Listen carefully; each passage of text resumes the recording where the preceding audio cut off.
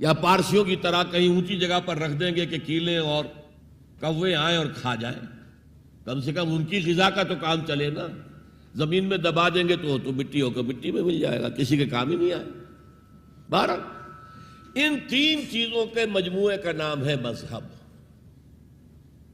جبکہ دین کے اندر تین چیزیں مزید شامل ہو جاتی ہیں: سماجی نظام، معاشی نظام، سیاسی نظام. یہ 3 جمع 3 بن کر دین بنتا ہے. تو دین تو دو نہیں ہو سکتے. جمہوریت اور آمریت تو ساتھ ساتھ نہیں ہو سکتے. کیپٹلزم اور کمیونزم تو ساتھ ساتھ نہیں ہو سکتے. ڈیموکریسی اور ملوکیت تو ساتھ ساتھ نہیں ہو سکتے. اس اعتبار سے ایک مغلوب ہوگا، ایک غالب ہوگا. مغلوب مذہب بن جائے گا اور غالب دین ہوگا. آج دین جمہور غالب ہے. اور جو اقبال کا شعر ہے بڑا پیارا: بندگی میں گھٹ کے رہ جاتی ہے ایک جوئے کباب، اور آزادی میں بہرے بے کراں ہے زندگی. اگر دین آزاد ہے، غالب ہے، چھایا ہوا ہے تو وہ ہے اصل دین، ورنہ وہ سکڑ کر مذہب بن جائے گا. ہم 60 سال پہلے دین انگریز پر تھے. حاکم کون تھا؟ کوئی بادشاہ کو ملکہ بیٹھا ہوا یا بیٹھی ہوئی ہے انگلستان میں. وائس رائے یہاں ایک ہوتا تھا اس کا، لیکن وہ حاکم نہیں تھا، ساورن نہیں تھا. ساورنٹی ان کی تھی، اصل حکومت ان کی تھی. ہز میجسٹیز گورنمنٹ یا ہر میجسٹیز گورنمنٹ، ان کی تھی حکومت. تو اس اعتبار سے دین کو غالب کرنا یہ بہت جان جوکھوں کا کام تھا. یہ نوٹ کر لیجئے آپ. دیکھیے تمام نبی اور رسول مبلغ بن کر آئے، داعی بن کر آئے، بشیر بن کر آئے، نذیر بن کر آئے، بشارت دینے والے کہ اللہ کے راستے پر آؤ گے فروح و ریحان و جنت نعیم. اور اگر انذار کرنے والے نذیر بن کر آئے، اگر غلط راستے پر جاؤ گے تو جہنم ہے. حضور بھی یا ایھا النبی انا ارسلناک شاہدا و مبشرا و نذیرا و داعیا الی اللہ باذنہ و سراجا منیرا. یہ جو 5 حیثیتیں ہیں یہ مشترک ہیں حضور میں اور تمام انبیاء میں. اگرچہ ہر حیثیت میں حضور کی اپنی شان ہے جس میں کوئی دوسرا نبی ان کے قریب نہیں آ سکے گا.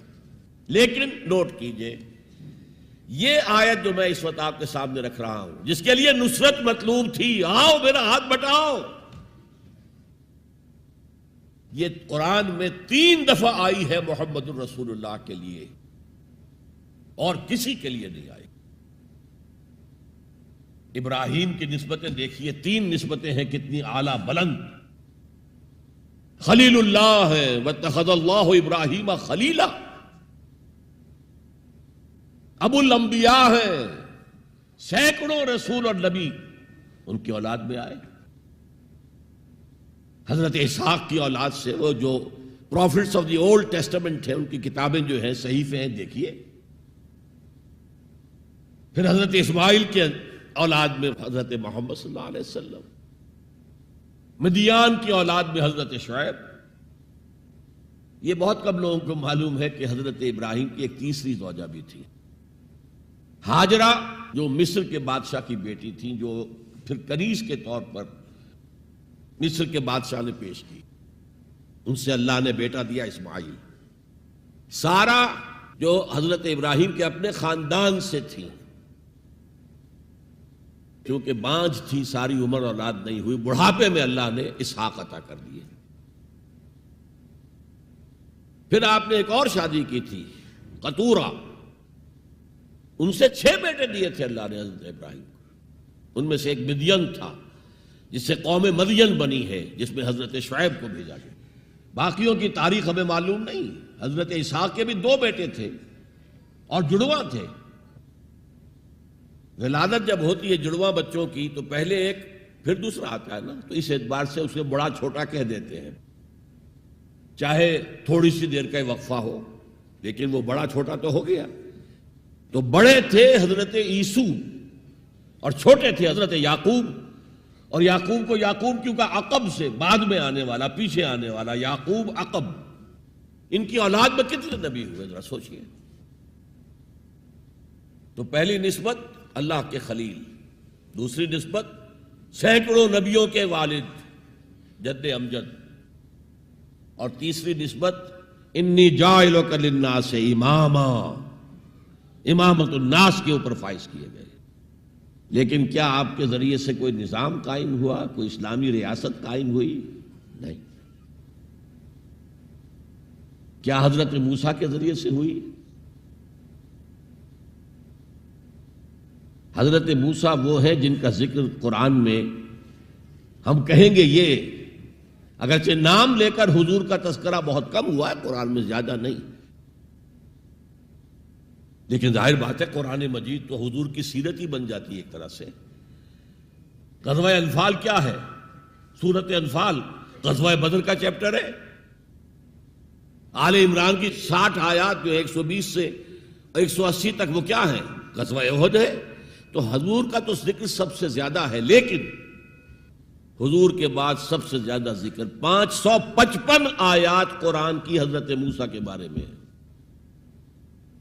6,500 کل آیات ہیں، ان میں سے 555 1/13 part of Quran consists of تذکرہ of حضرت موسیٰ علیہ السلام۔ ان کے ذریعے حکومت قائم ہوئی، آ گئے تھے قریب 6 لاکھ بنی اسرائیل کو لے کر نکلے تھے مصر سے۔ ہجرت کے بعد آتا ہے قتال کا مرحلہ، جنگ کا مرحلہ، جیسے حضور کی سیرت مطہرہ میں ہجرت کے بعد غزوہ بدر، بلکہ اس سے پہلے 8 مہمیں جو آپ نے بھیجی تو ایک علیحدہ ایشو ہے۔ وہاں ہجرت کے بعد جب جنگ کا مرحلہ آیا، پوری قوم نے کوڑا جواب دے دیا، فَذْهَبْ أَنْتَ وَرَبُّكَ فَقَاتِلَا إِنَّا هَاهُنَا قَاعِدُونَ۔ جاؤ موسیٰ تم اور تمہارا رب جاؤ، اور پہلے فلسطین میں جو آباد ہے انہیں نکال کے باہر کر دو، پھر ہم داخل ہوں گے، ورنہ ہم تو یہاں بیٹھے ہیں، زمین جنبت نہ جنبت گل محمد۔ اس پر وہ پروسیس وہیں رک گیا۔ جبکہ حضور کو اللہ نے وہ صحابہ دیے۔ غزوہ بدر سے پہلے ایک مشورہ کیا حضور نے صحابہ سے، دیکھو ایک لشکر آ رہا ہے جنوب سے، مکہ جنوب میں تھا مدینے سے، کیل کانٹے سے لیس ہے، لشکر ہے بڑا۔ ایک قافلہ آ رہا ہے شمال سے جو ابو سفیان لے کر گئے تھے اور اب واپس آ رہے تھے، اور انہوں نے SOS کال بھیج دی تھی اپنے سے پہلے مکہ کے لوگوں کے لیے کہ بھائی میرے قافلے کو خطرہ ہے، محمد صلی اللہ علیہ وسلم کے آدمی شاید حملہ کر دیں ہم پر، لہذا مدد بھیجو۔ اب یہاں حضور پوچھتے ہیں کہ پہلے کدھر چلیں، قافلے کی طرف یا اس لشکر کی طرف؟ کچھ لوگ، ظاہر بات ہے کہ مدینے کے تمام جو صاحب ایمان تھے، مکے سے جو آئے تھے وہ بڑی بھٹیوں میں سے گزر کر آئے تھے، بڑی آزمائشوں میں سے گزر کر آئے تھے، بڑی سختیاں جھیل کر آئے تھے، لہذا وہ بہت گہرے تھے ایمان میں، بہت پختہ تھے۔ مدینے والوں کو تو ایسی کوئی قربانی دینی نہیں پڑی، پورا قبیلہ ایمان لے آیا، لہذا وہاں کچھ نہ کچھ کچے لوگ بھی تھے ہم جیسے۔ وہ کہا جی چلیے ذرا قافلے کی طرف چلیے، 30 یا 50 آدمی سنا ہے کہ ان کے ساتھ ہیں محافظ، اور مال بہت ہے، ہمیں بہت مال مل جائے گا، اور نمبر 2 یہ کہ ہمارے پاس تو ہتھیار بھی نہیں ہے، ہم ان کے ہتھیار تو لے لیں گے کم سے کم، پھر لشکر سے لڑیں گے۔ اللہ کا فیصلہ کچھ اور تھا۔ اب آپ لوگوں سے کہہ رہے ہیں مجھے مشورہ دو، مجھے مشورہ دو، مجھے مشورہ دو۔ ابو بکر صدیق کھڑے ہو کر تقریر کر رہے ہیں، حضور جو آپ کا حکم ہم حاضر ہیں، آپ فرمائیے۔ حضرت عمر نے تقریر کی، آپ فرمائیے جو آپ کا حکم ہو ہم حاضر ہیں۔ حضرت مقداد ابن الاسود کھڑے ہوئے رضی اللہ تعالی عنہ، حضور ہمیں موسیٰ کے ساتھیوں پر قیاس نہ کیجئے جنہوں نے کہہ دیا تھا فَاذْهَبْ أَنْتَ وَرَبُّكَ فَقَاتِلَا إِنَّا هَاهُنَا قَاعِدُونَ۔ ہم موسیٰ کے ساتھی نہیں ہیں، محمد کے صحابی ہیں صلی اللہ علیہ وسلم، جو آپ کا ارادہ ہو بسم اللہ کیجئے۔ کیا عجب کہ اللہ تعالی ہمارے ذریعے آپ کی آنکھوں کو ٹھنڈک عطا فرمائے۔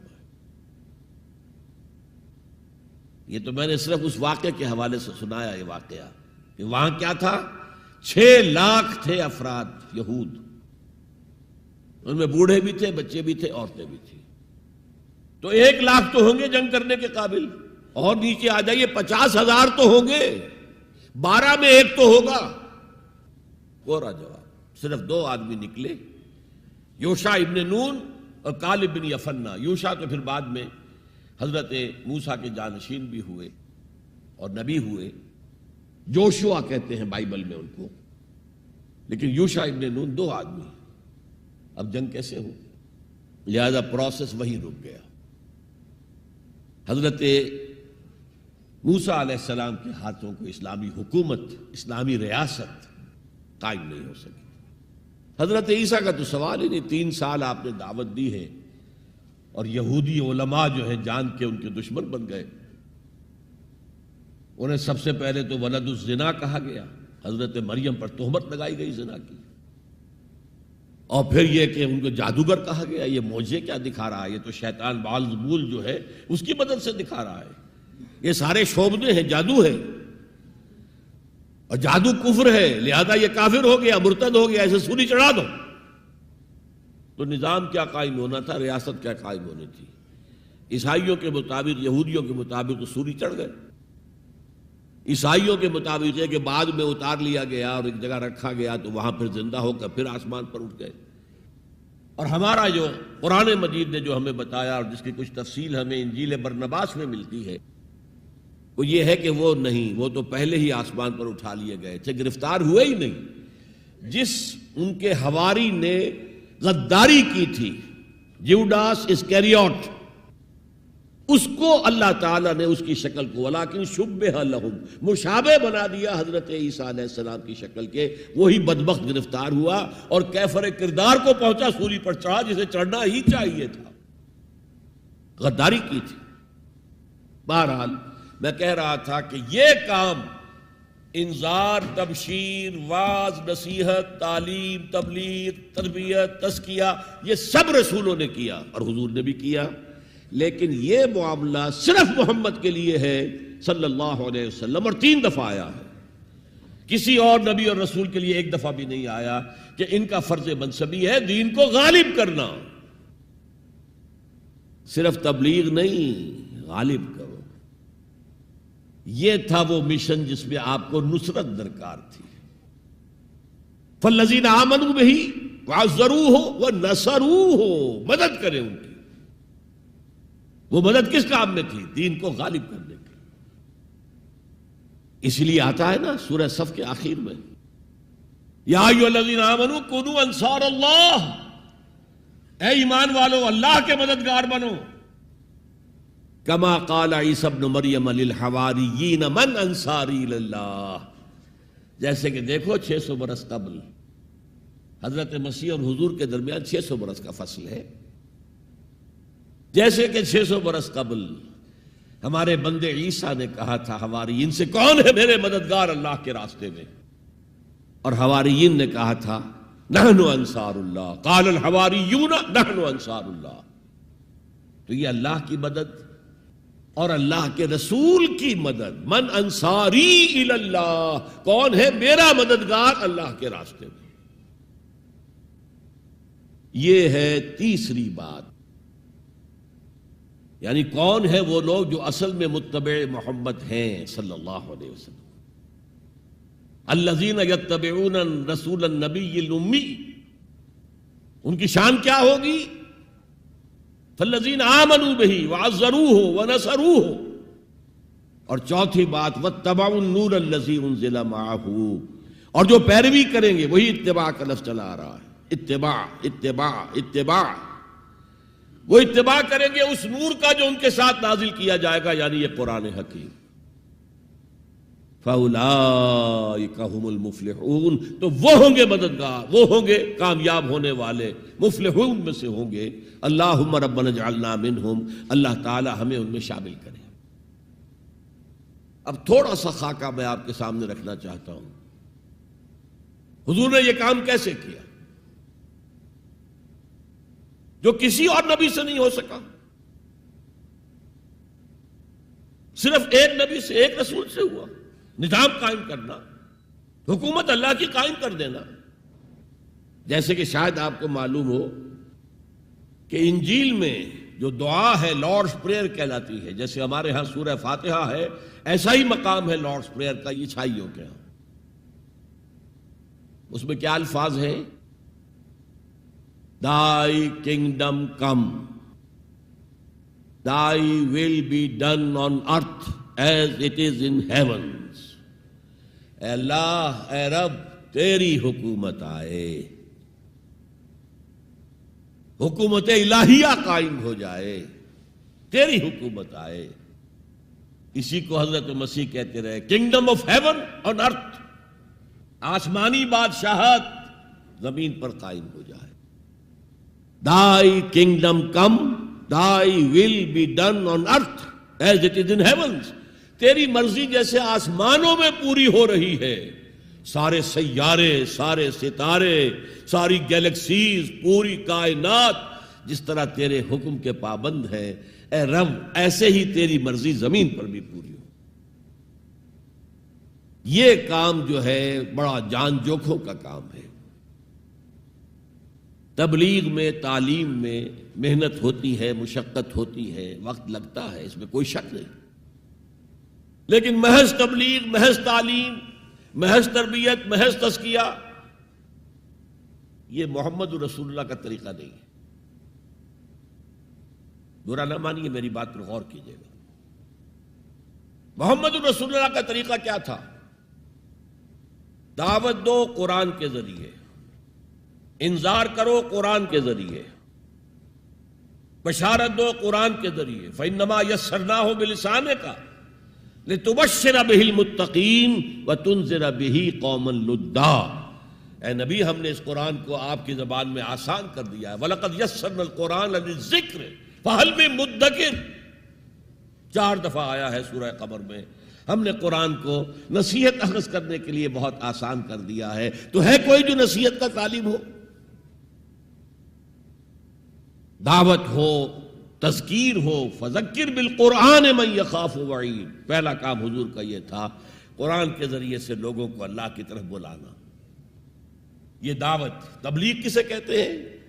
To reach out to someone, to convey to ہم سم میسج، یہ تبلیغ ہے، اور اس کو کھینچ کر لے آنا اللہ کے راستے کی طرف، یہ دعوت ہے۔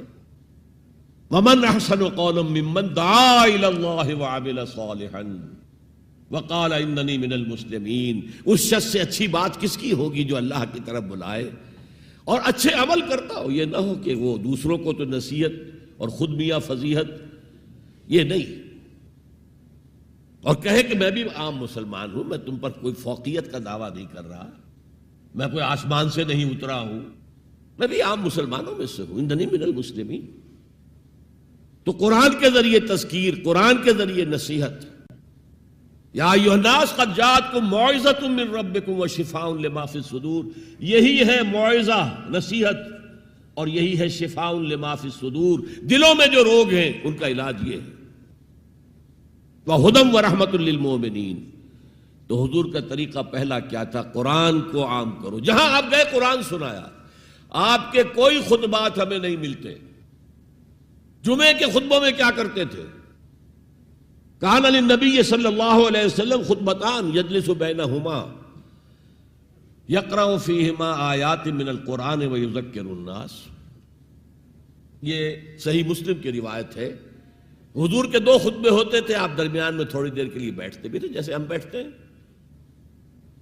اور یہ کس لیے تھا؟ شاید آپ نے کبھی غور نہ کیا ہو۔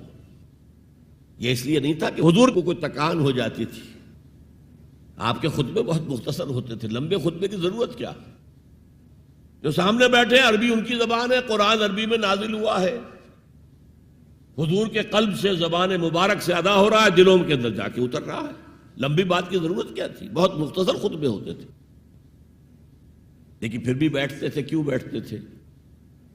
یہ علامت تھی اس بات کی کہ یہ خطبہ جو ہے یہ ظہر کی 2 رکعتوں کا قائم مقام ہے۔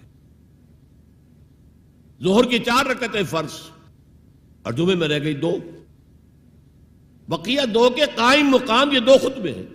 لیکن خطبوں میں کرتے کیا تھے؟ یقرأ آیات من القرآن، قرآن کی آیات پڑھ کے لوگوں کو سناتے تھے، وَيُذَكِّرُ النَّاسَ، اور اسی کے حوالے سے نصیحت کرتے تھے، بس۔ اللہ خیر سن۔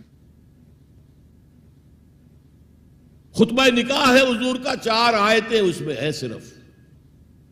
ایک سورہ آل عمران کی آیت ہے، ایک سورہ نساء کی آیت ہے، 2 سورہ احزاب کی آیات ہیں. آپ نے اپنی طرف سے کوئی وعظ کہا ہی نہیں اس میں. تو تبلیغ، تعلیم، تذکیر، انذار، تبشیر سب قرآن کے ذریعے سے. پہلا کام یہ پھیلاؤ اس کو.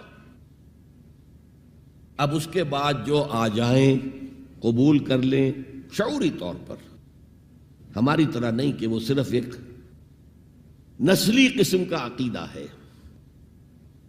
ظاہر بات ہے اس وقت جو مان رہے تھے وہ تو دل یقین کے ساتھ مان رہے تھے نا. انہیں پتا تھا ہمیں گھر بار چھوڑنے پڑیں گے، ہماری بیوی ہم سے علیحدہ ہو جائے گی، والدین ہمیں گھروں سے نکال دیں گے، اور مارے پڑیں گی نوجوانوں پر اور غلاموں کے اوپر تو جو بے پناہ سختیاں ہوئی ہیں. تو ظاہر ہے جب تک یقین دل میں کامل پیدا نہ ہو جائے کوئی بھی زبان نہیں کھولتا تھا کہنے کے لیے کہ اشہد ان لا الہ الا اللہ واشہد ان محمد رسول اللہ. تو جو آ گئے ایمان کو قبول کر لیا، اب ان کو جمع کرو، منظم کرو. آرگنائزیشن، اس لیے کہ نظام کو بدلنا آسان کام نہیں ہے. کہیں بھی کوئی خلا تو ہے نہیں، کوئی نہ کوئی نظام ہے. ڈیموکریسی ہے تو وہ حاکمیت عوام کا نظام ہے. کیپٹلزم ہے تو وہ ڈکٹیٹرشپ آف دی کیپٹلسٹ ہے. نظام تو ہے نا. ہمارے پاکستان میں جاگیرداری ہے تو وہ جاگیرداروں کا ملک ہے، انہی کی حکومت ہوگی. اور سیاست ہمارے ہاں جو ہے وہ جاگیرداروں کا میوزیکل چیئرز گیم ہے اور کچھ بھی نہیں. عوامی سیاست ہے ہی نہیں. وہ تو آپ کے ہاں تو پہلا قدم اٹھا لیا گیا تھا جاگیرداری کا خاتمہ. 2 کام ہندوستان میں بہت بڑے ہوئے جو ہم نہیں کر سکے. ہندوستان کے اندر پہلے ہی قدم پر دستور بن گیا اور ایک پٹڑی کے اوپر گاڑی چل رہی اور چلتی رہی. 1 سال صرف آپ کے ہاں ایمرجنسی آئی ہے اور وہ بھی کانسٹیٹیوشنل تھی. کانسٹیٹیوشن کو ایبروگیٹ کر کے کوئی ڈکٹیٹر نہیں آیا تھا. ایک یہ بڑا کام تھا. ہمارے ہاں پہلے ایک بی بی سی رپورٹ آئی، B P C basic principle report, اس کے اوپر احتجاج ہوئے، پھر قرارداد مقاصد پاس ہوئی تو خیر. لیکن اس کے بعد 56 کا دستور بنا، اسے ایک فیلڈ مارشل صاحب نے، خود ساختہ فیلڈ مارشل، انہوں نے اس کو بھی ختم کیا اور دستوریہ کا بھی بستر گول کر دیا. جا کر کہیں 73 میں ایک دستور بنا اور اس دستور میں بھی وقتاً فوقتاً اتنی ترمیمیں ہو گئی کہ اس کا حلیہ بگڑ چکا. اور دوسرا بڑا کام یہاں جو ہوا ہے جو قابل تحسین ہے، جاگیرداری کا خاتمہ. تو اصل عوامی سیاست یہاں پر آئی ہے. بہرحال ہر نظام کے ساتھ ویسٹڈ انٹرسٹ ہوتا ہے. ایسے طبقات ہوتے ہیں جن کو مراعات حاصل ہے، مراعات یافتہ طبقات، پریولیج کلاسز، اور وہ کبھی برداشت نہیں کریں گے کہ آپ ان کا نظام کو ہاتھ لگائیں. دے وانٹ اسٹیٹس کوو، جو نظام ہے وہی رہنا چاہیے. تو نظام کو بدلنے کے لیے تو جانوں کا پھر ہدیہ دینا پڑے گا. لہذا منظم جماعت بناؤ، موب نہ ہو، ہجوم نہ ہو. منظم جماعت، اور وہ کیسی؟ سمع و اطاعت، لسن اینڈ اوبے. جو آرمی کا جو اصول ہے، اگر فوج میں کوئی شخص جسے حکم دے رہا ہو، سپیریئر اس کا، وہ پوچھے جناب یہ حکم مجھے کیوں دے رہے ہیں، کیا مصلحت ہے، پہلے سمجھائیے پھر میں عمل کروں گا، تو کیا وہ فوج کہلائے گی؟ بڑی پیاری نظر تھی، میٹرک کے زمانے میں پڑھی تھی انگریزی کی، کہ کسی جنگ میں 600 سواروں کا ایک دستہ تھا اور ان کو حکم دے دیا گیا چارج، آگے بڑھو، حملہ کرو. اور انہیں معلوم تھا کہ داہنے ہاتھ بھی توپیں لگی ہوئی ہیں، بائیں ہاتھ بھی توپیں ہیں، سامنے بھی توپیں ہیں، آگ اگل رہی ہیں. Cannons to left of them, cannons to right of them, cannons in front of them, volleyed and thundered. لہذا سب نے یہ سمجھا someone has blundered. کسی نے بڑی غلطی کی ہے یہ حکم دے کر. جو کمانڈر ہے بڑی خطا ہوئی. لیکن There's not to reason why. یہ why کا سوال کرنے کا تو ان کا مقام ہی نہیں ہے. There's but to do and die. جو حکم ملا کرو, مرتے ہو تو مرو.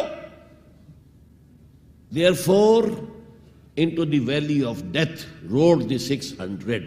600 کے 600 موت کی وادی میں اتر گئے. تو جب تک ایسی جماعت نہیں ہوگی, نظام نہیں بدلا جا سکتا. بولشویکس اینڈ بولشویکس رشیا میں منظم جس طرح تھے, اگر وہ نہ ہوتے تو زار کی حکومت کا تختہ الٹا جا سکتا تھا. Was it possible? سب سے بڑی کنگڈم تھی ایشیا اور یورپ دونوں کے اوپر جو برج تھا, بہت بڑی سلطنت, کہاں سے کہاں تک زار کی سلطنت. اور پورا جو ہے ہمارا سینٹرل ایشیا, سارے یہ ترک, مسلم ترک علاقے جو ہے, روسی ترکستان اس لیے ان کا نام تھا, وہ بھی اسی کے پاس تھے. لیکن ایک منظم جماعت نے, ایک نئے فکر نے, ایک نئے فلسفے نے, مارکسزم نے لوگوں کو پوزیس کیا, انہیں منظم کیا, انہوں نے جد و جہد کی, انقلاب برپا کر دیا. یہی کام حضور نے کیا. ایمان کی دعوت دی اور ایمان دلوں میں راسخ ہو گیا, انہیں منظم کیا. حدیث میں آتا ہے, اور یہ مشکات شریف میں بھی حدیث ہے, مسند احمد ابن حنبل کے حوالے سے اور جامع ترمذی کے حوالے سے. حضور فرماتے ہیں, حارث اشعری رضی اللہ تعالیٰ عنہ اس کے راوی ہیں, انی آمرکم بخمس, مسلمانوں میں تمہیں 5 باتوں کا حکم دے رہا ہوں. اللہ امرنی بہن, ایک روایت میں یہ اضافی الفاظ ہے, اللہ نے مجھے حکم دیا ہے ان کا, اپنی طرف سے نہیں دے رہا. حالانکہ حضور کو اختیار تھا, آپ اپنی طرف سے بھی حکم دے سکتے تھے. وہ 5 باتیں کیا ہیں؟ بالجماعت والسمع والطاعت والہجرت والجہاد فی سبیل اللہ. کتنا بڑا مجمع اس وقت یہاں ہے. کیا میں پوچھ سکتا ہوں کتنے لوگوں نے یہ حدیث سنی ہے آج سے پہلے؟ ذرا ہاتھ اٹھائیں. کیا وجہ؟ دیکھیے 5 چیزیں وہ ہیں جو ہم میں سے ہر ایک کو یاد ہے. حدیث یاد ہونا ہو, اس کا ایسنس تو یاد ہے. بنی الاسلام علی 5, شہادت لا الہ الا اللہ وان محمد رسول اللہ, وإقام الصلاۃ وإیتاء الزکوٰۃ وصوم رمضان وحج البیت من استطاع الیہ سبیلا. کس کو نہیں معلوم 5 ارکان اسلام؟ اور کس نے فرمایا؟ یہ حضور نے. اور یہ کلام خبریہ ہے, بنی الاسلام علی 5. اس میں امر کا انداز نہیں ہے, خبر ہے. اسلام کی تعبیر 5 بنیادوں پر ہے. یہ حدیث ہمیں یاد ہے, اور جس کے کہہ رہے ہیں میں حکم دیتا ہوں تمہیں اور اللہ نے مجھے حکم دیا ہے, یہ 5 باتیں ہمارے ذہن سے نکل گئی. اس لیے کہ ہمارے ذہن میں اسلام کا تصور مذہب کا ہے, دین کا ہے ہی نہیں. ہم وہی سمجھتے ہیں کہ نماز, ایک تو یہ کہ ہمارے عقائد ٹھیک ہوں, نماز روزہ حج زکوٰۃ کا تقاضا ہو, اور کچھ جو ہمارے سوشل کسٹمز ہیں, عیدیں منائیں, جمعہ پڑھیں, قربانیاں دیا کریں عید الاضحیٰ میں, بچے کا عقیقہ کریں, مردے کو دفنائیں کفنائیں, شادی ہو تو ایجاب و قبول کرائیں, پھیرے نہیں ڈلوائیں گے. بھئی یہ ہمارا دین ہے, ہمارا مذہب ہے. مذہب دین نہیں ہے. یہ دین کا تصور ہی نہیں. ہم اتنے خوگر ہو گئے محکومیت کے کہ دین کی اقامت کا تصور, دین کو غالب کرنے کا تصور ہمارے ذہنوں سے نکل گیا, ذہن میں ہے ہی نہیں. علماء کو بھی اجنبی سی بات لگتی ہے, یہ کیا بات کہہ رہے ہیں, یہ تو اجنبی سی بات ہے. اس لیے کہ ہمارے ذہنوں سے تصور نکل گیا. پہلے مسلمان بادشاہ تھے, ملوکیت تھی, وہ اسلام تو نہیں تھا. اسلامی نظام تو خلافت راشدہ کا تھا, ابو بکر اور عمر اور عثمان اور علی اور حضرت حسن کو میں مزید شامل کرتا. تب 30 برس بنتے ہیں جو حضور نے فرمایا تھا کہ یہ 30 برس خلافت رہے گی. بعد میں تو ملوکیت آ گئی. یہ بنو امیہ کے بادشاہ تھے, چاہے خلفاء اپنے آپ کو کہلوائیں, بنو عباس تو بڑے بادشاہ تھے، شہنشاہ تھے، بڑے محل بنائے تھے، اور یہی حال پھر جن کو ہم کہہ دیتے ہیں عثمانی خلفاء، یعنی ترک بادشاہ اور شہنشاہ، ان کا بھی حال یہی تھا۔ اسلام کہاں ہے؟ اس کے بعد آ گئے انگریز نے کہا قانون ہمارا ہوگا، کرمنل لا ہمارا ہوگا، CRPC ہماری ہوگی، سول لا ہمارا ہوگا، نظام ہمارا ہوگا۔ ہاں نماز پڑھ سکتے ہو، روزہ رکھ سکتے ہو، ہمیں کوئی تمہارے مذہب سے کوئی دشمنی نہیں، بلکہ انگریز نے تو بڑی رعایت کی تھی۔ اس نے کہا تھا تم اپنے فیملی لاز بھی اپنی مرضی سے جیسے چاہو طے کرو۔ آج مسلمان ممالک میں سے بھی اکثر نے اپنے فیملی لاز چھوڑ کر یورپ کے فیملی لاز اختیار کر لیے، اور پہلی مرتبہ یہ کام کیا تھا ترک نے، اور یورپ کے اخبارات نے پھر تنزیہ لکھا تھا کہ یہ عجیب قوم ہے، کہتی ہے کہ بہترین قانون ہمارے پاس ہے، اور حال یہ ہے کہ فیملی لاز بھی ہم سے مانگ رہے ہیں، رومن لاز سے اخذ کر رہے ہیں فیملی لاز اپنے۔ یہ ان کا حال ہے، کہتے ہیں بہترین قانون ہمارے پاس ہے۔ تو انگریز کے آنے کے بعد اب ہمارا علماء کا قال اللہ و قال رسول یا مدرسہ چلا لیں۔ بہرحال انہوں نے بڑی خدمتیں کی ہیں، اگر یہ نہ ہوتا تو شاید ہمارے ہاں مساجدیں آباد ہی نہ ہوتی۔ کم سے کم علماء نے وہ پوزیشنیں جو ہیں وہ پر کی ہیں، ایک ڈھانچہ جو ہے وہ برقرار رکھا ہے، اس میں کوئی شک نہیں، ان کی خدمات ہے۔ لیکن انگریز نے تو جو بھی تھا صرف اتنی آزادی دی تھی، اسی کو ہم ذہناً ریکنسائل کر چکے ہیں، بس اسلام یہی ہے نہیں۔ اور آج میں آپ کو بتا دوں، امریکہ اور انگلینڈ خاص طور پر، اور بقیہ عیسائی مملکتیں بھی بالعموم، اسلام کے خلاف جو جنگ جاری کر رہے ہیں اور تیزی کے ساتھ یہ بڑھے گی، اس کا بھی معاملہ یہ ہے کہ مذہب کی حیثیت سے اسلام کے خلاف ان کی کوئی جنگ نہیں۔ جب بش کہتا ہے کہ ہم تو اسلام کے خلاف نہیں، صحیح کہتا ہے، سچ کہتا ہے۔ وہ یہ کہہ سکتے ہیں you have come here, you have purchased churches and synagogues and converted into mosques, did we object? تم یہاں آئے، تم نے چرچ خرید کے مسجد بنا لی، سینیگاگ یہودیوں کا خریدا اور مسجد بنا لی، ہم نے کبھی روکا تمہیں؟ تم نمازیں پڑھتے ہو، ہم نے روکا؟ روزے رکھتے ہو، ہم نے روکا؟ بلکہ رمضان میں وائٹ ہاؤس میں ایک افطاری بھی دے دیتے ہیں تمہیں، سیریمونیل۔ تمہاری عید ہے، بقرہ عید ہے، ہم کو کومیموریٹو سٹیمپس جاری کر دیتے ہیں، یہ عید کا جو ہے ڈاک کا ٹکٹ ہے اور یہ بقرہ عید کا ہے۔ تو مذہب سے تو ہمیں کوئی اعتراض نہیں، لیکن اسلام کا سیاسی، معاشی اور سماجی نظام nothing doing, we will not bear it، نظام ہمارا ہوگا۔ اور سمجھ لیجئے یہ تاریخ نے پورا سرکل، ایک گھیرا پورا کر لیا ہے۔ وہ جو مولانا حالی نے کہا تھا، اے خاصہ خاصان رسول وقت دعا ہے، امت پہ تیری آ کے عجب وقت پڑا ہے۔ وہ دی جو بڑی شان سے نکلا تھا وطن سے، پردیس میں وہ آج غریب الغرباء ہے۔ کس شان سے نکلا تھا اسلام، اور آج بالکل ریورس ہو گیا معاملہ۔ اسلام نے یہ کہا تھا اسلام لے آؤ، ہمارے برابر کے بھائی ہو جاؤ گے۔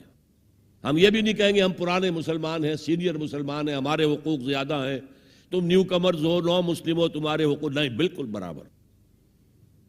یہ نہیں تو اسلام کی بالادستی قبول کرو، چھوٹے ہو کر رہو، ہاتھ سے جزیہ پیش کرو، یؤتُ الجزیۃ عن ید وہم صاغرون، پھر تم یہودی رہو مذہب کے طور پر، نظام ہمارا ہوگا، دین حق کا، وہ غالب ہم نے کرنا ہے۔ محمد الرسول اللہ بھیجے گئے دین کو غالب کرنے کے لیے۔ ہمارے اندر طاقت نہ ہو تو کیا کریں، مجبور ہیں، لیکن طاقت ہو اور پھر دین کو غالب نہ کریں تو ہم تو غدار ہیں اللہ کے۔ لہذا کیا کہتے تھے، ایمان لے آؤ، برابر کے ہو جاؤ گے، نہیں تو رہو تم عیسائی رہو، یہودی رہو، مجوسی رہو۔ ابھی شروع میں ان تین سے ہی معاملہ تھا نا، لیکن اسلام کی بالادستی، نظام ہمارا ہوگا، باقی تم نیچے رہو، اور اگر یہ بھی منظور نہیں تو آؤ تلوار ہمارے اور تمہارے درمیان فیصلہ کرے گی۔ یہی بات تھی کہ نہیں؟ آج وہی بش کہہ رہا ہے نظام ہمارا ہوگا، اس نظام کے نیچے تم رہو، مسلمان رہو، ہندو رہو، عیسائی رہو، کچھ رہو۔ یہ بالکل برعکس کیفیت ہو گئی ہے اس کی۔ تو آج کا مسلمان جو ہے ان چیزوں سے اس لیے ذہناً غافل ہے کہ حضور کی اتنی تاکیدی حدیث انی آمرکم بخمس اللہ امرنی بہن بالجماعت والسمع والطاعت والہجرت والجہاد فی سبیل اللہ، کبھی ممبر سے نہ سنائی گئی نہ کبھی سنی گئی، اس لیے کہ یہ اس عمل کا نام ہے جو دین کو قائم کرنے کے لیے ہوتا ہے۔ چوتھا کام فرمایا گیا واتبعوا النور الذی انزل معہ، وہی لفظ اتباع چل رہا ہے۔ یہ ساری میری گفتگو کا مرکزی لفظ اتباع ہے، یاد ہے میں نے کیا کہا تھا؟ اللہ کی اطاعت کلی اور محبت شدید مل کر کیا چیز بنے گی؟ عبادت۔ رسول کی اطاعت کلی اور شدید محبت مل کر کیا بنیں گی؟ اتباع۔ اور اتباع کا درجہ کیا ہے؟ قل ان کنتم تحبون اللہ فاتبعونی یحببکم اللہ، اے نبی ان سے کہہ دیجئے اگر تم اللہ سے محبت کرتے ہو تو میرا اتباع کرو، میری پیروی کرو، میرے نقش قدم پر چلو۔ اب آپ سوچئے اگر ہم کاروبار کر رہے ہیں، فرض کیجئے کوئی شخص 100% دیانتداری سے کام کر رہا ہے، کوئی شخص سود کے اندر براہ راست ملوث نہیں ہے، وہ نماز پڑھتا ہے، روزہ رکھتا ہے، لیکن یہ اتباع نہیں کر رہا جو حضور نے جو کام کیا تھا کہ غلط نظام، طاغوتی نظام کو جڑ سے اکھاڑ کر پھینکا جائے اور اللہ کا دیا ہوا دین حق قائم کیا جائے، تو اتباع میں کیا حصہ ہے اس کا؟ کوئی نہیں۔ ایک سوال آپ سے کرتا ہوں، حضور نے وحی کے آغاز کے بعد کوئی کاروبار کیا؟ جی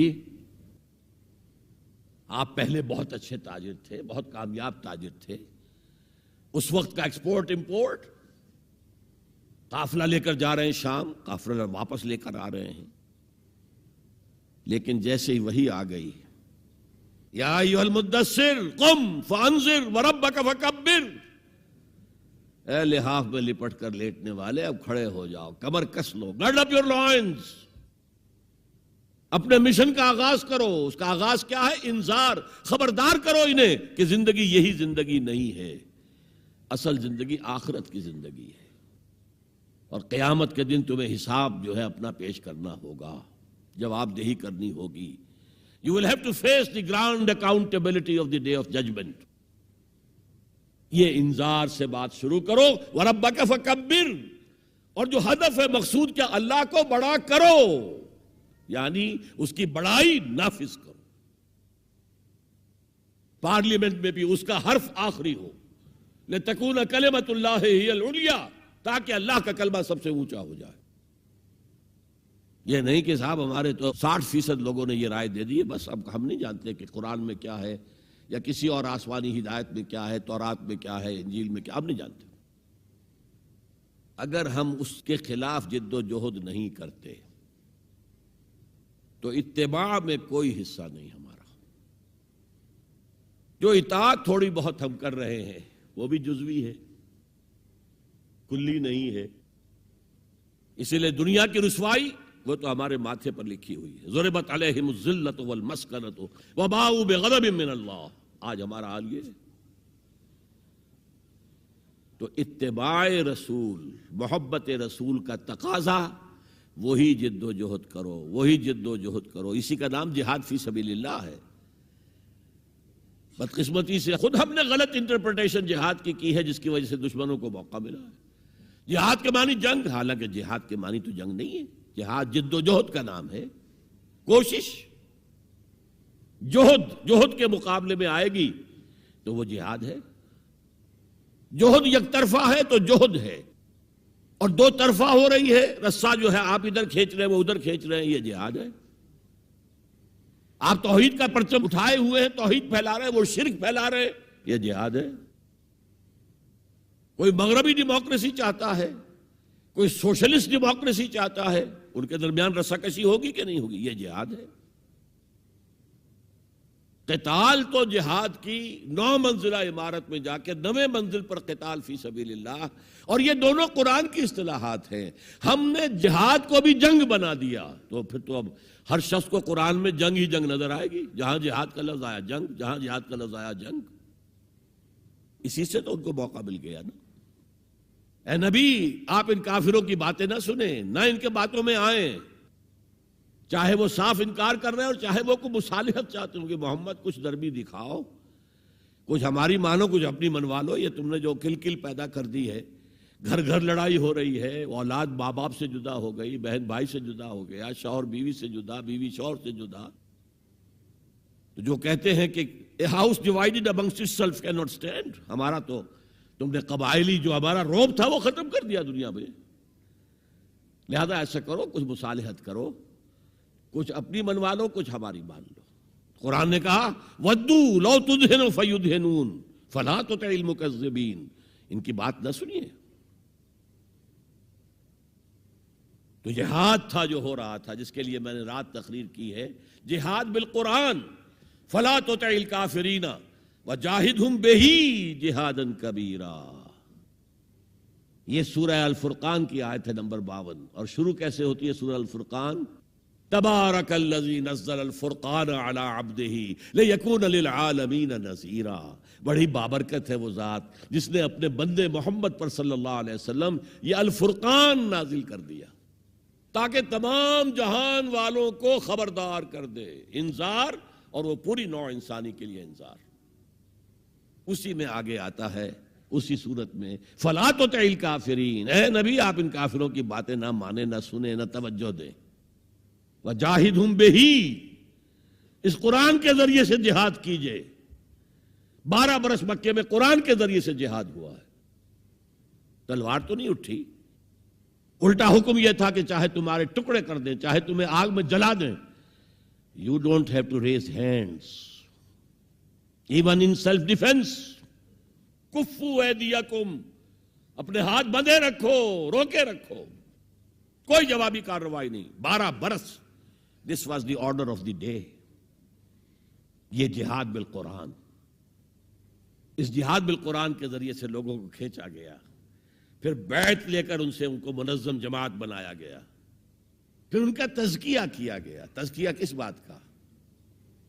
دل میں کوئی ولولہ، کوئی امنگ، کوئی حوصلہ، کوئی طلب، کوئی مقصود نہ رہ جائے سوائے اللہ کی رضا کے حصول کے اور آخرت کی فلاح کے حصول کے۔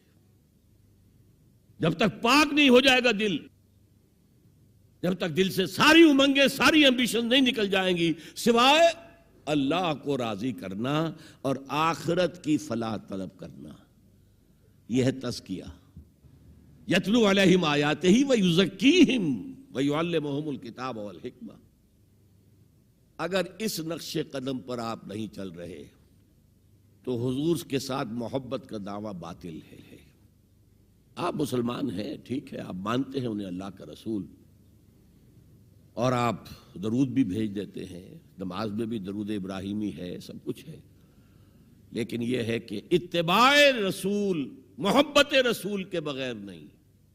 اور محبت رسول سے جو اتباع رسول وجود میں آتا ہے وہ ہے من انصاری اللہ۔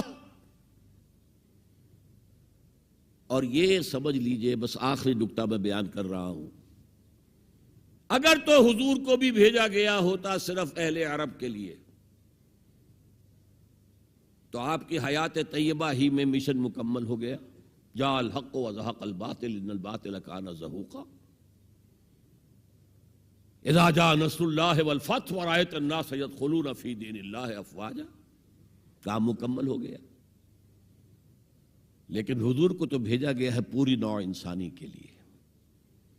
وما ارسلناک الا کافۃ للناس بشیرا ونذیرا، اے نبی ہم نے آپ کو نہیں بھیجا ہے مگر تمام انسانوں کے لیے بشیر اور نذیر بنا کر۔ کیا نتیجہ نکلا؟ جب تک پوری دنیا میں اللہ کا دین اسی طرح غالب نہ ہو جیسے حضور کے دست مبارک سے جزیرہ نماء عرب میں ہو گیا تھا، اس وقت تک ہنوز حضور کا مشن تکمیل کو نہیں پہنچا۔ یہ بات میں نے 5ویں جماعت میں پڑھی تھی۔ علامہ اقبال کی نظم شکوہ جواب شکوہ میں نے پڑھی، بانگ درا مجھے میرے بڑے بھائی صاحب نے بھیج دی تھی۔ ایک شعر تو وہ ہے بانگ درا کا جو میرے تحت الشعور میں کہیں چپک گیا تھا اور میری پوری زندگی کو اس نے ایک رخ پر ڈھالا ہے۔ وہ زمانے میں معزز تھے مسلمان ہو کر، اور تم خوار ہوئے تاریک قرآن ہو کر۔ دیکھیے یہ بات صرف اقبال نے نہیں کہی، وہ داڑھی مڈا تھا، عالم تو نہیں تھا۔ یہی بات کہی 14ویں صدی کے مجدد اعظم شیخ الہند مولانا محمود حسن اسیر مالٹا نے۔ 4 سال کی اسیری کے بعد جب رہائی پا کر آئے تھے 1920 میں، اور رہائی کیوں ملی تھی کہ ٹی بی 3rd سٹیج کو پہنچ گئی تھی۔ انگریز ڈرتا تھا کہ اگر ہماری اسیری ہی کے اندر کہیں انتقال ہو گیا تو کہیں طوفان اٹھ جائے گا، لہذا چھوڑ دیا۔ دیوبند میں ایک جلسہ منعقد ہوا اور وقت کے سارے بڑے بڑے علماء موجود، اشرف علی تھانوی صاحب موجود، شبیر احمد عثمانی صاحب موجود، مولانا حسین احمد مدنی موجود، ہمارے جو پاکستان میں مفتی محمد شفیع صاحب موجود، اور انہوں نے یہ واقعہ لکھا ہے اپنی کتاب میں وحدت امت میں کہ شیخ الہند نے کہا کہ ہم نے تو اپنی 4 سالہ دور اسیری میں جتنا ہی غور کیا ہے، ہمیں اپنے زوال کے 2 اسباب نظر آئے ہیں۔ ایک ہمارا قرآن کو ترک کر دینا، یہ لفظ ہے اس کے اندر، نوٹ کیجئے۔ حالانکہ علماء نے قرآن کو ترک کیا ہے، لیکن اگر آپ نے کہا نہیں تو یہ صحیح نہیں ہے، کیا ہے۔ ان کا سارا زور فقہ پر ہے، حدیث پر ہے، زیادہ زور قرآن پر نہیں ہے۔ صحیح بات نہیں۔ کہنے والا کون ہے؟ شیخ الہند۔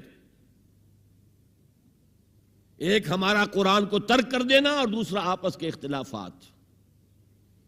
اور مفتی شفیع صاحب نے اس کے اوپر پھر یہ گرہ لگائی کہ حضرت شیخ نے جو 2 باتیں کہی تھی حقیقت میں ایک ہی ہیں، ہمارے اختلافات بھی اسی لیے کہ ہم نے قرآن کو ترک کر دیا ہے۔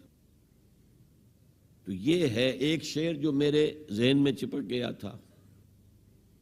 پھر قرآن سے اللہ نے جو ایک مناسبت دی، ذہنی قلبی، اللہ کا شکر ہے، اللہ کا فضل ہے۔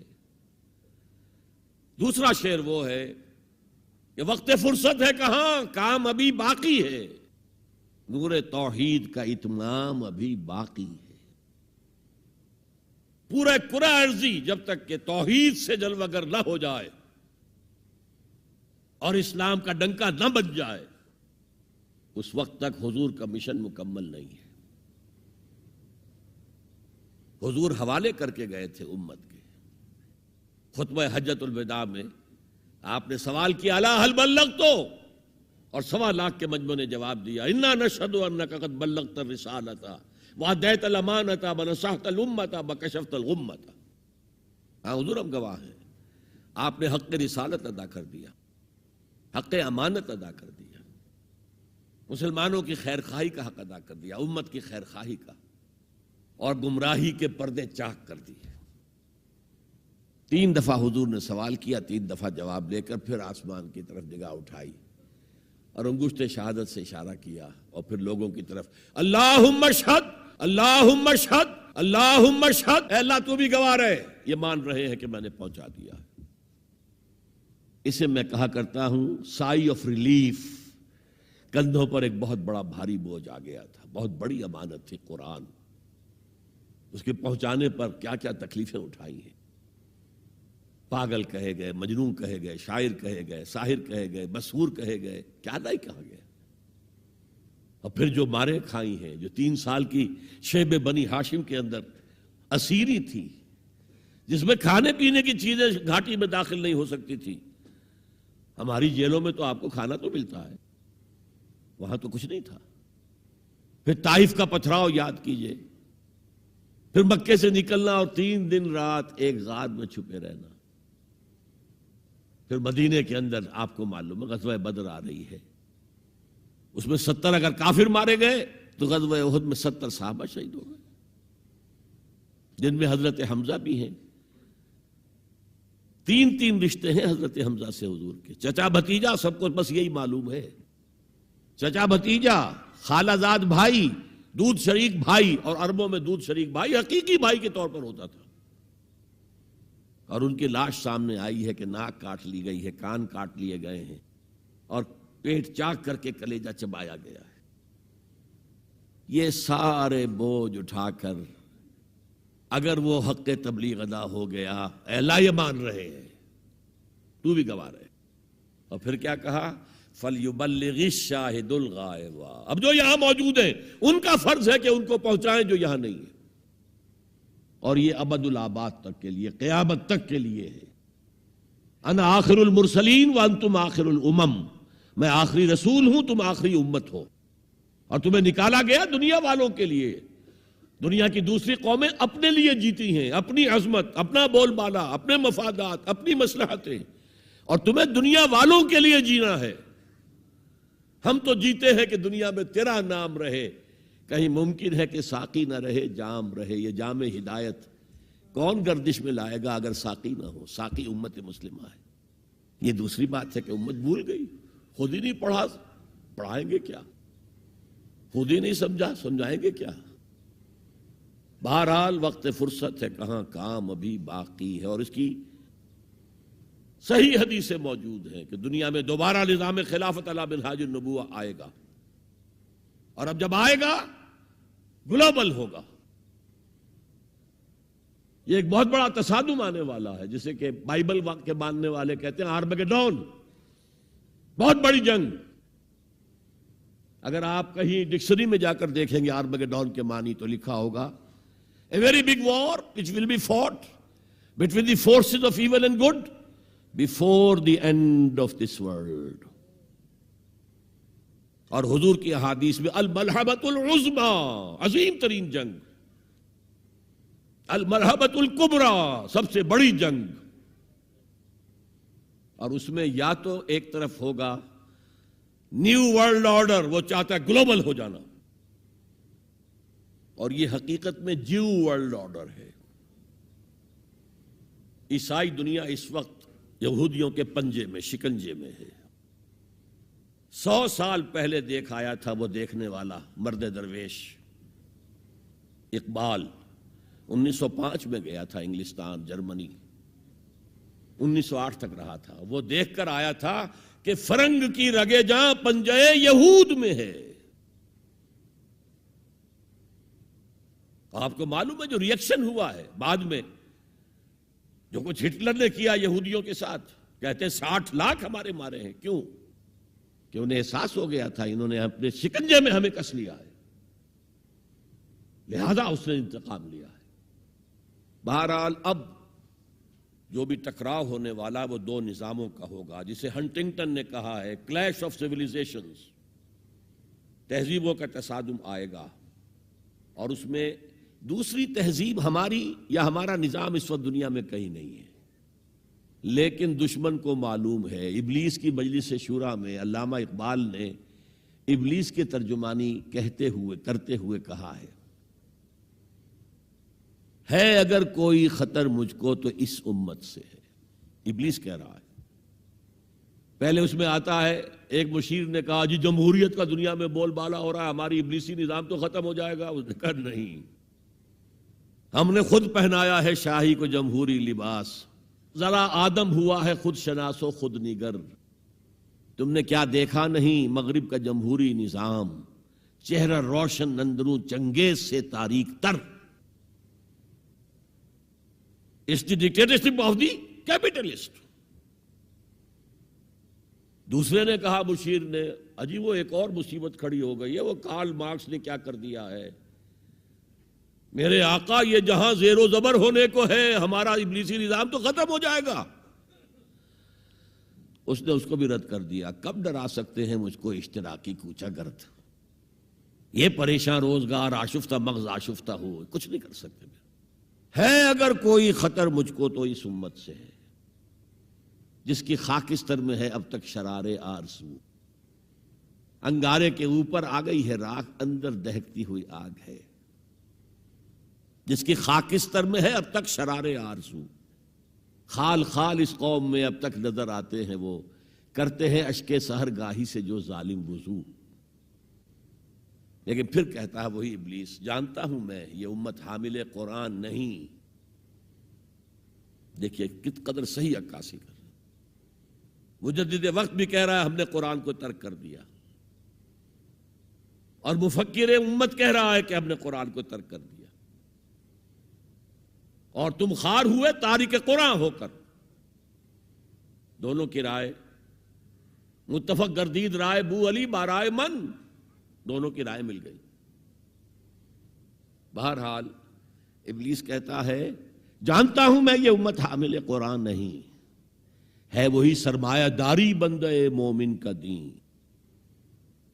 جانتا ہوں میں کہ مشرق کی اندھیری رات میں بے ید بیضا ہے پیران حرم کی آستین، ان کی آستینوں کے اندر وہ ید بیضا والا ہاتھ نہیں ہے۔ عصر حاضر کے تقاضاؤں سے ہے لیکن یہ خوف، ہو نہ جائے آشکارا شرع پیغمبر کہیں۔ یہ تو تاریخ ادھر جا رہی ہے، اب نیا سنتھیسس کیا ہوگا؟ ملوکیت ختم ہوئی، جمہوریت آئی، جمہوریت نے کیپٹلزم کی شکل اختیار کر لی، اس کا جواب کمیونزم میں آیا، کمیونزم نے ڈکٹیٹرشپ کی شکل اختیار کی، وہ بھی آج بڑھ چکا ہے۔ اور فوکویاما جو ہے بغلیں بجا رہا ہے کہ معلوم ہو گیا کہ ہمارے نظام سے بہتر کوئی نظام نہیں، دیکھو وہ پڑا ہوا ہے مرا ہوا مردہ یو ایس ایس آر کا اور کمیونزم کا۔ لیکن عصر حاضر کے تقاضاؤں سے ہے لیکن یہ خوف، ہو نہ جائے آشکارا شرع پیغمبر کہیں۔ الحذر آئین پیغمبر سے 100 بار الحذر، حافظ ناموس زن مرد آزما مرد آفرین۔ موت کا پیغام ہر نوع غلامی کے لیے، نہ کوئی فغفور و خاقاں نہ گدائے رہنشیں، کرتا ہے دولت کو ہر آلودگی سے پاک و صاف، منعموں کو مال و دولت کا بناتا ہے امین۔ اس سے بڑھ کر اور کیا فکر و نظر کا انقلاب، بادشاہوں کی نہیں اللہ کی ہے یہ زمین، ان الارض للہ۔ یہ نظام دبا ہوا ہے، راہ کے اندر چھپا ہوا ہے، لیکن وہ خوب جانتے ہیں کہ ان کے اندر وہ جذبہ ہے، اگرچہ ابھی وہ جذبہ بھٹک رہا ہے، صحیح رخ پر نہیں پڑ رہا، کہیں اس نے دہشت گردی کی شکل اختیار کر لی جو کاؤنٹر پروڈکٹیو ہے۔ فائدہ کیا؟ ایک ہاتھی کو آپ ایک سوئی چبو دیں، اسے پتہ بھی نہیں چلے گا کہ میرے جسم میں کوئی سوئی گئی۔ امریکہ ہاتھی ہے اور نشے میں دھت ہاتھی ہے، جس نے نہ یونائٹڈ نیشنز کی پرواہ کی، نہ ورلڈ کی رائے عامہ کی پرواہ کی، نہ اپنے جو یورپین الائز ہیں ان کی پرواہ کی، کسی کی پرواہ نہیں کی۔ We shall go it alone, جسے جہاں آنا ہو آ جائے ورنہ نہیں، نشے میں دھت ہے۔ لیکن جب یو ایس ایس آر کا خاتمہ ہوا اور ادھر جو ہے نیٹو کو اثر نو منظم کرنے لگے، ایکسپینشن ہو رہی ہے، تو کسی نے پوچھا اس وقت کے نیٹو چیف سے کہ اب آپ کا جو دشمن تھا وہ تو ختم ہو گیا، وہ تو تمہارے قدموں میں پڑا ہوا ہے، تمہارے قرضے لے کر تو بمشکل وہ روٹی کھا رہا ہے، تو کیا ضرورت ہے اب نیٹو کی اور یہ سارا؟ ان کا ہمیں مسلم فنڈامنٹلزم سے خدشہ ہے، ڈر ہے، یہ ساری تیاری اس کے لیے ہو رہی ہے۔ ایک بہت بڑا تصادم ہوگا جس کے لیے کمر کسنے کی ضرورت ہے، لیکن اس میں یہ ہے کہ جو کمزوری ہماری ہے، ہم میتھڈالوجی آف دی پروفٹ صلی اللہ علیہ وسلم کو نہیں سمجھ پا رہے۔ یہ کام ایک دفعہ ہونا ہے، دوبارہ ہوگا اسی طریقے سے جس طریقے سے حضور نے برپا کیا تھا۔ آپ زمانے سے بورو کر کے، کمیونسٹوں سے ان کا طریقہ کار مانگ کر، یا یہ انتخابات کے ذریعے اسلام نہیں آ سکتا۔ وہ آئے گا through the revolutionary process to be derived from the سیرہ of محمد صلی اللہ علیہ وسلم۔ بہرحال اس کے لیے کمر کسیں، اتباع رسول جو ہے، دل میں ارادہ تو ابھی سے باندھیں کہ ہمیں کرنا ہے، اللہ تعالی ہمیں اس کی توفیق عطا فرمائے۔ تو حب رسول کا تقاضا اتباع رسول، اور اتباع رسول کیا؟ حضور نے اپنی زندگی کھپائی کس کام کے لیے؟ دین کی دعوت و تبلیغ اور دین کو قائم کرنے کی جد و جہد۔ اللہ تعالی ہمیں اس کے لیے اپنا عزم مصمم کرنے کی توفیق عطا فرمائے۔ اقول قولی ھذا واستغفر اللہ لی ولکم ولسائر المسلمین والمسلمات۔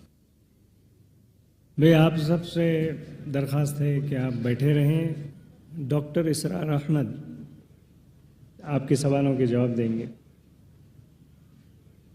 بسم اللہ الرحمن الرحیم۔ بشیر احمد صاحب ہیں بنگلور سے، وہ لکھتے ہیں کیا حضور کے بعثت کا مقصد حکومت الہیہ ہے؟ مسلم ممالک میں ممکن ہے؟ کیا دوسرے ممالک بھی ہے؟ مسلمانوں پر یہ مقصد فرض ہے جب دوسرے ممالک میں بھی؟ میرا جواب یہ ہے کہ ہر صاحب ایمان پر فرض ہے۔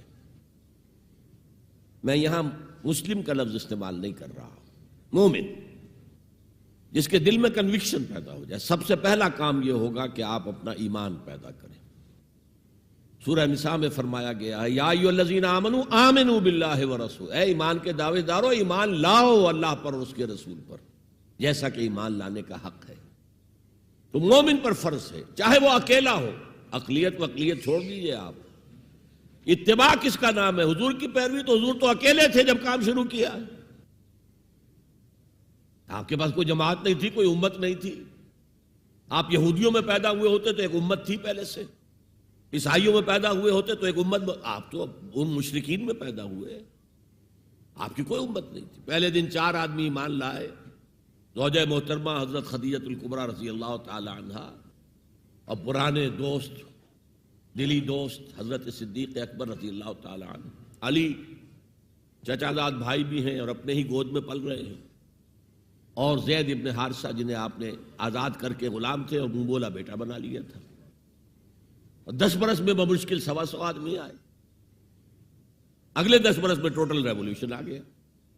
لیکن اس کی پابندی ہم پر نہیں ہے کہ ریولوشن لے آئیں، پابندی اس کے لیے جد و جہد کرنا ہے، نتیجہ اللہ کے ہاتھ میں ہو یا نہ ہو، لیکن یہ ہر مومن پر فرض ہے۔ ایک صاحب نے پوچھا ہے what is the first step that we should follow to bring about Islamic social system؟ محمد یونس صاحب ہیں یہ۔ میں نے آپ کے سوال کا جواب پہلے ہی دے دیا۔ پہلا سٹیپ یہ کہ ایمان پختہ کریں، ورنہ اگلا قدم نہیں اٹھ سکتا۔ اور یہ فرق میری تقریر سے آج آپ سمجھ لیجئے، ہمارے پاس بالعموم الا ماشاءاللہ ایمان نہیں ہے، عقیدہ ہے، اور عقیدہ جو ہے وہ انہیرٹ کیا ہے ہم نے اپنے والدین سے۔ It's a racial creed, not personal conviction. تو پہلا کام یہ ہے، اس کے بعد جو ہے گاڑی آگے چلے گی۔ ہندوستان کی صورتحال میں مسلمانوں کا کیا رول ہونا چاہیے؟ ہندوستان میں بتائیے کون سی اسلامی اجتماعیت یہاں صحیح کام کر رہی ہے؟ بتائیے تو مہربانی بھی ہوگی۔ دیکھیے یہ میرے لیے مناسب نہیں ہے یہاں کی جماعتوں کے مابین میں کہوں یہ صحیح یہ غلط۔ میں نے اصولی بات آپ کو بتا دی، جو یہ کام کرے صحیح ہے آپ کریں، کھڑے ہو جائیں، صحیح ہو جائے گا۔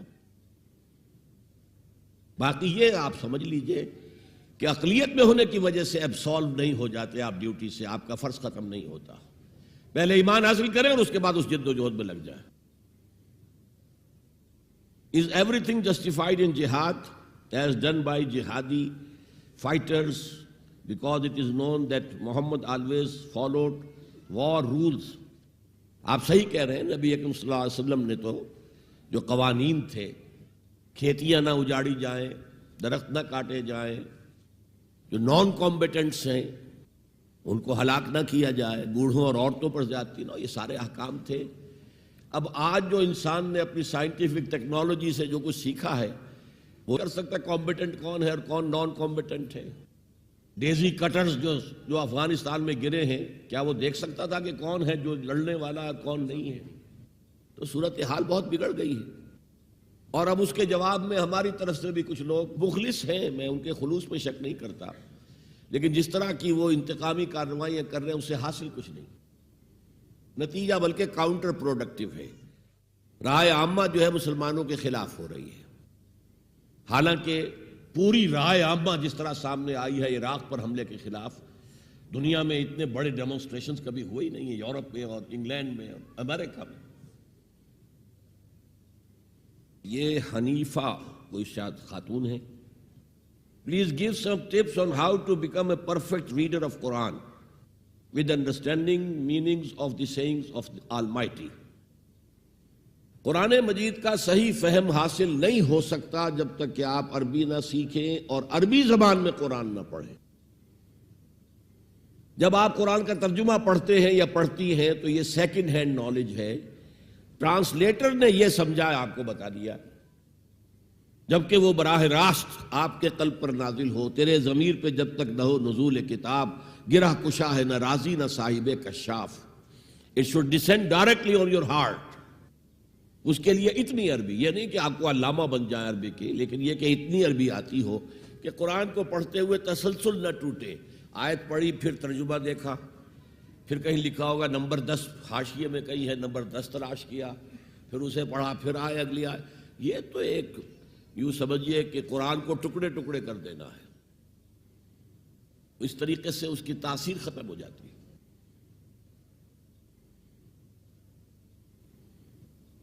Few more questions. Could we please have a more detailed explanation of the hadith wherein the Prophet has ordered us to follow 5 things including jihad? جی اصل میں پھر بات بہت لمبی ہو جائے گی۔ پہلے جماعت ہو وہ میں بیان کر چکا ہوں۔ ایک آرگنائز جماعت کے بغیر تو کوئی انقلاب تو نہیں لایا جا سکتا، نظام نہیں بدلا جا سکتا۔ تبلیغ کے لیے آپ ادارے قائم کر لیں۔ اب ماشاءاللہ کتنا بڑا ادارہ ہے IRF کا، اس کے ذریعے سے جو تبلیغ ہو رہی ہے بہت بڑے پیمانے پر ہو رہی ہے۔ ہم نے انجمن خدام القرآن لاہور میں قائم کی، لاہور، کراچی، ملتان، فیصل آباد، جنگ وغیرہ میں، اسلام آباد، پشاور، کوئٹہ۔ لیکن یہ کہ یہ جماعت نہیں ہوتی ہے، یہ انسٹیٹیوشنز ہوتے ہیں، یہ ادارے ہیں۔ دارالعلوم ہیں، وہ بھی ادارے ہیں۔ اور پھر جماعت وہ ہوتی ہے کہ جس میں سمع و طاعت ہو، لسن اینڈ اوبے۔ اور اسی کی بیعت لی تھی حضور نے صحابہ سے۔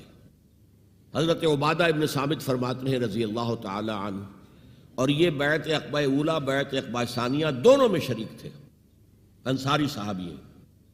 اور یہ کہتے ہیں کہ بایعنا رسول اللہ صلی اللہ علیہ وسلم علی السمع والطاعت فی العسر والیسر والمنشط والمکرہ وعلی اثرۃ علینا وعلی لا ننازل امر اہلہ وعلی ان نقول بالحق اینما کنا لا نخاف فی اللہ لومۃ لائم۔ یہ 9 پوائنٹس تھے اس بیعت کے۔ آپ کا ہر حکم سنیں گے، اطاعت کریں گے، خواہ مشکل ہو خواہ آسان، خواہ طبیعت آمادہ ہو خواہ اپنی طبیعت پر جبر کرنا پڑے، خواہ آپ دوسروں کو ہم پر ترجیح دے دیں۔ ہم یہ نہیں کہیں گے ہم آپ کے پرانے خادم، آپ نے ایک نیو کمر کو ہمارے اوپر امیر کیسے بنا دیا، ہاؤ کم؟ ہم نہیں کہیں گے۔ It will be your prerogative, جس کو چاہیں آپ امیر بنائیں، اور جس کو آپ امیر بنائیں گے جھگڑیں گے نہیں ان سے، ان کی بھی اطاعت کریں گے۔ البتہ جو ہماری رائے ہوگی وہ ہم ضرور پیش کریں گے۔ یہ تھا معاہدہ جس پر جماعت قائم تھی، سمع و طاعت۔ اب یہ کیا کرے گی جماعت؟ 2 کام کرنے ہیں، ہجرت اور جہاد۔ ہجرت کیا ہے؟ ان دونوں چیزوں کی ایک جڑ ہے، ایک چوٹی ہے۔ حضور سے پوچھا گیا ای الہجرت افضل یا رسول اللہ، اللہ کے رسول یہ بتائیے کہ سب سے افضل ہجرت کون سی ہے؟ آپ نے فرمایا ان تہجر ما کرہ ربک، ہر اس چیز کو چھوڑ دو جو تمہارے رب کو پسند نہیں ہے۔ تو آپ بھی یہ ہجرت آج کر سکتے ہیں، آج رات کر سکتے ہیں۔ سوچئے بیٹھ کر اپنی زندگی میں کیا کیا چیزیں ہیں جو اسلام کے منافی ہیں، جو اللہ کو پسند نہیں ہے، نکالیے ان کو، ہجرت شروع ہو جی۔ اور آخری ہجرت کیا ہے؟ جب کفر کے ساتھ مقابلہ ہو اور اس وقت کہا جائے اب ساری قوت ایک جگہ پر آ جائے مسلمانوں کی، تو ہجرت فرض ہو جاتی ہے۔ پھر چھوڑو گھر بار، اہل و عیال، آ جاؤ۔ یہ ٹاپ ہے۔ جہاد کیا ہے؟ جہاد کی پہلی منزل کیا ہے؟ اپنے نفس کے خلاف جہاد کرو، اسے اللہ کا مطیع بناؤ۔ اور آخری جہاد کیا؟ قتال ہے اللہ کی راہ میں، جو کہ حضور اور آپ کے صحابہ نے کیا ہے۔ تو یہ اس کے اندر، اس حدیث کے اندر وہ پورا پروسیس موجود ہے۔ بہت سے لوگ سمجھتے ہیں کہ بینک کا سود جائز ہے، اس لیے کہ یہ حکومت کا ہی منافع ہے، اس کے بارے میں آپ کی رائے کیا ہے؟ اس سود کو لوگ سود کیوں نہیں سمجھتے؟ یہ بات بڑی تکلیف دہ ہے۔ اس لیے نہیں سمجھتے کہ آج پوری دنیا میں اس کا دورہ ہے۔ پوری دنیا کی یونیورسل اکانومی جو ہے اس کے اندر سود تانے بانے کی طرح ہے، جیسے کپڑے کا تانا بانا ہوتا ہے۔ اس سے بچ کر کاروبار بڑے سائز کا کرنا تقریباً محال ہے۔ اس لیے نہیں مانتے، بس بات تو سیدھی سی ہے، ورنہ وہ سود حرام ہے، اس میں کوئی شک و شبے کی گنجائش نہیں۔ اور البتہ دو باتیں علیحدہ ہیں، ایک ہے براہ راست سود میں ملوث ہونا، یعنی کوئی رقم سود کے اوپر بینک میں رکھ کر اس کا سود جو ہے ماہانہ آ رہا ہے اور وہ سب کھا رہے ہیں، یہ براہ راست سود ہو گیا۔ یا سود پر آپ نے بینک سے رقم لی ہے، مکان ذرا بڑا عالیشان بنا رہے ہیں یا اپنا کاروبار کی وسعت دے رہے ہیں، یہ تو مطلقاً حرام ہے، حرام ہے، حرام ہے۔ اس سے زیادہ کوئی شے اسلام میں حرام نہیں ہے۔ حضور نے فرمایا الربا 70 حوبا، سود کے جرم کے گناہ کے 70 حصے ہیں، کچھ بڑے ہیں کچھ چھوٹے ہیں۔ ایسروہا، ان میں سب سے ہلکا حصہ اس کے مساوی ہے ان ينكح الرجل امہ، کہ کوئی شخص اپنی ماں کے ساتھ بدکاری کرے، لہذا اسے تو چھوڑ۔ البتہ ایک انڈائریکٹ ہے، آپ ایک کارخانے میں کام کر رہے ہیں، کارخانے نے پیسے لے رکھے ہیں بینک سے، لیکن آپ وہاں چاہے ایک ڈیلی ورکر کی حیثیت سے ہیں یا کہیں ملازمت کر رہے ہیں، یہ سیکنڈری ہو جائے گا۔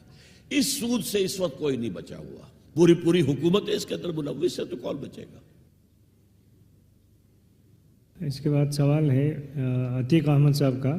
میرا سوال یہ ہے کہ فوٹو اور ویڈیو یہ حرام ہیں یا مکروہ ہیں؟ اگر یہ غلط ہیں تو ہم کیوں ٹی وی کے ذریعے آپ کے اور دوسرے پروگرام دیکھتے ہیں؟ اس کے بارے میں کچھ کہیے۔ دیکھیے، چھوٹی سی بات بتا دوں آپ کو کہ تصویر کشی جو حرام ہے، نمبر ایک تو قرآن میں نہیں حرام، یہ حرمت جو ہے قرآن سے ثابت نہیں ہے، حدیث سے ثابت ہے۔ لیکن اس وقت تصویر بنائی جاتی تھی ہاتھ سے، برش سے، قلم سے، وہ حرام ہونا اس کا آج بھی متفق علیہ ہے۔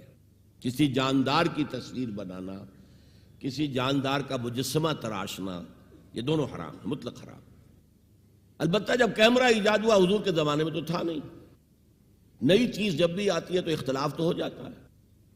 اس لاؤڈ سپیکر کے بارے میں ہو گیا تھا، جب یہ نیا آیا ہے تو مولانا اشرف علی تھانوی جیسی شخصیت نے کہا کہ اس پر اذان نہیں دی جا سکتی، اس پر خطبہ نہیں دیا جا سکتا، اس پر نماز نہیں پڑھائی جا سکتی، لیکن یہ کہ اب ہر جگہ پڑھایا جا رہا ہے، نماز اذان دی جا رہی ہے۔ تو نئی چیزوں سے لوگ جو ہیں ان کی طبیعت ذرا اپراتی ہے، بس اتنی بات ہے۔ جب کیمرہ آ گیا تو عالم اسلام میں بڑا اختلاف ہو گیا، عالم عرب کے علماء تقریباً اس پر متفق تھے کہ یہ حرام نہیں ہے، اس میں ہاتھ کا کوئی دخل ہی نہیں، عکس ہے یہ تو۔ لیکن ہندوستان، پاکستان، یہ جو بر عظیم پاک و ہند ہے، اس کے علماء اس پر مصر رہے کہ وہی حکم اس پر بھی ہوگا۔ البتہ انہوں نے اجازت دی کہ سماجی ضرورت کے لیے جائز ہے، پاسپورٹ ہے، مجرموں کی شناخت ہے، امراض کی تشخیص کے لیے میڈیکل بکس کے اندر تصویریں ہوتی ہیں، یہ چیزیں جائز ہیں۔ اسی کو ہم نے ایکسٹینڈ کیا ہے کہ اگر ہماری عام سماجی ضرورتوں کے لیے جائز ہے تو دینی ضرورت کے لیے اس سے کہیں زیادہ جائز ہے۔ ظاہر بات ہے کہ جو تقریر کسی کی آپ ویڈیو پر دیکھیں گے، آڈیو پر وہ اثر نہیں ہوتا۔ آج کی اصل بات کیا؟ آڈیو ویژول، آپ کی آنکھ دیکھ رہی ہے اور کان سن رہے ہو، دونوں سے مل کر جو بات دماغ میں جاتی ہے وہ بہت گہری ہوتی ہے۔ تو دین کے لیے ہم اسے استعمال کر رہے ہیں۔ عام جو ہے فوٹوگرافی ہابی کے طور پر یا یادگار کے طور پر کہیں یہ چیزیں جائز نہیں ہیں میرے نزدیک۔ محمد جمیل صاحب کے دو سوال ہیں۔ نمبر 1، از فیملی پلاننگ جائز in Islam? Number 2، what is the real meaning of secularism and can a Muslim be secular? Family planning جو ہے، جہاں تک منع حمل کی تدبیر ہو وہ حرام نہیں ہے، لیکن کوئی آپریشن کرا لینا، مستقل طور پر وہ چینج کر دینا، یہ جائز نہیں ہے۔ اور طریقے ہیں کنڈومز وغیرہ کے، ان کو استعمال کیا جائے تو وہ حرام ہونے کا اس کا کوئی فتویٰ نہیں دیا جا سکتا، اس لیے کہ حضور نے عزل کی اجازت دی تھی صحابہ کو۔